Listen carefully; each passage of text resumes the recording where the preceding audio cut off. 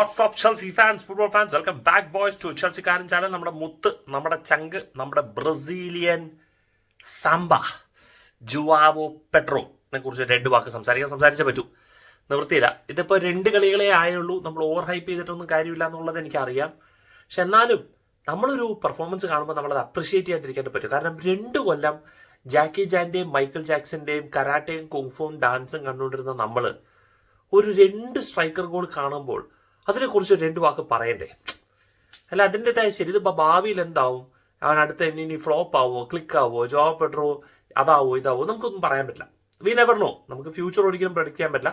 നമ്മുടെ ആഗ്രഹത്തിനും നമ്മുടെ സ്വപ്നത്തിനും അവൻ തകർക്കട്ടെ, അവൻ അടിപൊളിയായിട്ട് വരട്ടെ എന്ന് പറയാൻ പറ്റുള്ളൂ. പക്ഷേ വന്ന സ്ഥിതിക്ക് 2 ഗോൾ അടിച്ചതിന്റെ സ്ഥിതിക്ക് ആദ്യത്തെ കളിയിലെ ആ ഒരു സബ്സ്റ്റിറ്റ്യൂട്ട് പെർഫോമൻസും പ്രശംസിക്കാണ്ട് ഒരു സമാധാനമില്ല.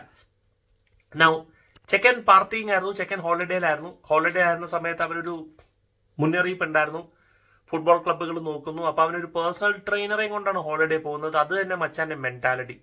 പേഴ്സണൽ ട്രെയിനറിനെ കൊണ്ട് ആരൊക്കെയാണ് ഹോളിഡേ പോകുന്നത് എനിക്കറിയില്ല. അവൻ പോയി, അവനാ മെന്റാലിറ്റി ഉണ്ടായിരുന്നു. അവന് ബ്രസീലിയൻ വേൾഡ് കപ്പ് സ്ക്വാഡിൽ കയറണം എന്നുള്ള പ്ലാൻ ഉണ്ട്. അപ്പൊ സ്വാഭാവികമായിട്ട് അവന്റെ ടീമിൽ കളിക്കണം. ന്യൂ കാസിൽ അവന്റെ മേലിൽ ഇൻട്രസ്റ്റഡ് ആണെന്നൊക്കെ പറഞ്ഞു. ഇവിടെ നമ്മുടെ board of directors top job, ഒന്നും പറയാനില്ല. എൻസോ മറസ്കേലി ചോദിച്ചു ആരെയാ വേണ്ട, ജോവോ പെഡ്രോ. അപ്പൊ തന്നെ ബോർഡ് പറഞ്ഞു ജോവോ പെഡ്രോ, ബ്രൈറ്റൺ, നമ്മുടെ ആൾക്കാർ. പുള്ളി അപ്പൊ തന്നെ ബ്രൈറ്റൺ മച്ചാനെ എന്തൊക്കെയുണ്ട് വിശേഷം, സുഖമല്ലേ, നിങ്ങളുടെ ഒരു പ്ലെയർ ഉണ്ട് ജോവോ പെഡ്രോ, ഞങ്ങൾക്ക് വേണം. അപ്പൊ തന്നെ ബ്രൈറ്റൺ പറഞ്ഞു 100 മില്യൺ. അപ്പൊ തന്നെ ബോർഡ് പറഞ്ഞു 100 മില്യൺ കോപ്പ്, ആ സാഞ്ചസിനെ സൈൻ ചെയ്തതിന്റെ 50 മില്യൺ ഇങ്ങോട്ട് തരണം. അതുകൊണ്ട് 100 മില്യൺ ഒന്നും പറ്റില്ല, ജോവോ പെഡ്രോ നിങ്ങൾ വില പറഞ്ഞ്. അപ്പൊ അങ്ങനെ നെഗോഷിയേറ്റ് ചെയ്തു. അവസാനം പറഞ്ഞു 55.5 മില്യൺ. ഓക്കെ, 55.5 മില്യൺ നിങ്ങൾ നോട്ട് ചെയ്ത് വെച്ചോ. അടുത്ത പ്ലെയർ ആരുണ്ട്, 2 റെഡി ആക്കി വെച്ചു, ഞങ്ങൾ അടുത്ത സീസൺ വരാം. Okay bye. അങ്ങനെ 24 മണിക്കൂർ here we go, Joao Pedro to Chelsea. ചെക്കൻ വന്നു, ഫ്ലൈറ്റ് എടുത്തു, ജോവോ പെഡ്രോനെ വിളിച്ചു, ഫ്ലൈറ്റ് എടുത്ത് വന്നു, 2 ട്രെയിനിങ് ഒക്കെ അറ്റൻഡ് ചെയ്തു, പിള്ളേരുടെയൊക്കെ പേര്. അവസാനം ട്രെയിനിങ്ങിൽ പുള്ളിക്കാരന്റെ മുഖത്തിട്ട് ഒരുത്താൻ ആരും അടി കൊടുത്തിട്ടുണ്ട്. ജാക്സൺ ആണെന്ന് തോന്നുന്നു അടി കൊടുത്തത്. നീ ഇവിടെ വന്നോടെ സ്ട്രൈക്കറായിട്ട് പറഞ്ഞ് ജാക്സൺ ഒരു തല്ലൊക്കെ കൊടുത്തു. അപ്പൊ ജോവോ പെഡ്രോന് മനസ്സിലായി, എടാ ജാക്സാ നിനക്കടി ഞാൻ മെച്ചണ്ടാ.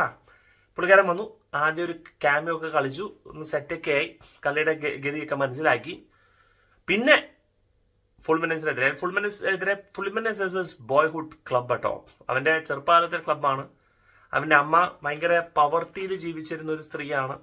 അവിടെ പോയി അവരുടെ പ്രസിഡന്റിനെയോ ഡയറക്ടറിനെയോ പോയി കണ്ടു. ഇവര് നല്ല ടാലന്റ് ഒന്നുണ്ടെന്ന് മനസ്സിലാക്കി. പക്ഷെ അവരുടെ അവസ്ഥ പറഞ്ഞു കഴിഞ്ഞപ്പോൾ അവർ ഇവരെ ഫൈനാൻഷ്യലി സപ്പോർട്ട് ചെയ്തു, നർച്ചർ ചെയ്തു, വളർത്തി. അപ്പോ ആ ഒരു ക്ലബിനോട് അവൻ നന്ദി കാണിക്കാണ്ട് പിന്നെ ഏത് ക്ലബിനോടാണ് നന്ദി കാണിക്കുക? അപ്പൊ അത്രയും ഒരു ക്ലബിനെതിരെ അവന് കളിക്കേണ്ട ഒരു സിറ്റുവേഷൻ വന്നു. ആൻഡ് കളിച്ചിട്ടുണ്ടെങ്കിലും മച്ചാന്റെ 2 ഗോൾ, ആദ്യത്തെ ഗോൾ ശരിക്കും പറഞ്ഞാൽ തിയാഗോ സിൽവയുടെ ഒരു വീക്ക് ക്ലിയറൻസ് ആയിരുന്നു. പക്ഷെ രണ്ടാമത്തെ ഗോള് അവൻ ബോൾ ഡ്രൈവ് ചെയ്ത്, ശരിക്കും പറഞ്ഞാൽ അത് എൻകുങ്കുരു ത്രൂ ബോൾ കൊടുക്കുന്നു ഞാൻ വിചാരിച്ചു. പക്ഷെ അവൻ ഷോട്ട് എടുത്തപ്പോൾ ഞാൻ വിചാരിച്ചു സെൽഫിഷ് ആയോ. പക്ഷെ ഗോൾ പോയി കഴിഞ്ഞപ്പോഴത്തേക്കും ഒന്നും പറയാനില്ല. ഹാപ്പി, വളരെ വളരെ ഹാപ്പി. ദ ബ്രസീലിയൻ സാമ്പ, and he's technically really good. Ball control കൊള്ളാം, ഡ്രിബിളിംഗ് കൊള്ളാം, ബോൾ ക്യാരിങ് കൊള്ളാം. അവന്റെ ക്രിറ്റിസിസം ഉണ്ടെന്നുണ്ടെങ്കിൽ ഫിനിഷിംഗ് ആണ് പൊതുവെ. അപ്പൊ ഇങ്ങനത്തെ തരത്തിലുള്ള പെർഫോമൻസ് എല്ലാ കളിയും കാണാൻ പറ്റുന്നൊന്നും ഞാൻ പ്രതീക്ഷിക്കുന്നില്ല. അവിടെ ഇഷ്യൂസും സ്വാഭാവികമായ ഡെഫിഷ്യൻസി ഉണ്ടാവും. പക്ഷെ എന്നാലും ഇതുപോലത്തെ ഔട്ട്പുട്ട് ഇടയ്ക്കിടയ്ക്ക് വന്നു തുടങ്ങിക്കഴിഞ്ഞാൽ തന്നെ ചെൽസി ഫാൻസ് ഹാപ്പിയാണ്. കാരണം ജാക്കി ജാനെ കണ്ടുകൊണ്ടിരിക്കണല്ലോ. പിന്നെ ഡെലാപ്പ് നമുക്ക് അവൈലബിൾ ആയിരിക്കുന്ന സിറ്റുവേഷനിൽ നമ്മൾ വളരെ വളരെ ഹാപ്പിയാണ്. അവന് മൾട്ടിപ്പിൾ പൊസിഷൻ കളിക്കാം. അവന് വേണമെന്നുണ്ടെങ്കിൽ നമ്പർ 10 കളിക്കാം, ലെഫ്റ്റ് ഹാഫ് സ്പേസിൽ കളിക്കാം, വേണമെങ്കിൽ ഒരു വിംഗറായിട്ട് കളിക്കാം. So it's A very very versatile forward. And Enzo മറസ്ക പറയുകയും ചെയ്തിട്ടുണ്ടായിരുന്നു, പുള്ളിക്കാരൻ ഡെസർബിനെ വിളിച്ചു ചോദിച്ചു പെഡ്രോന്റെ ഒപ്പീനിയനെ കുറിച്ചിട്ട്. അപ്പോൾ അതും കൂടെ ഫാക്ടർ ചെയ്തിട്ട് എടുത്തു കഴിഞ്ഞാൽ may be he might be the statement signing we have all been waiting for. അതൊരു കണക്കിന് നല്ലതായി. കാരണം അണ്ടർ ദ റേഡാർ പോയി. നമ്മൾ ഡെലാപ്പിനെയും എല്ലാവരെയും ഫോക്കസ് ചെയ്തിരിക്കുന്ന സമയത്ത് ഒരു statement signing can be Joao Pedro. We don't know, but hopefully it is. Do let me know guys your thoughts in the comment section. Thank you so much for watching. Signing FSK from Chelsea Karan.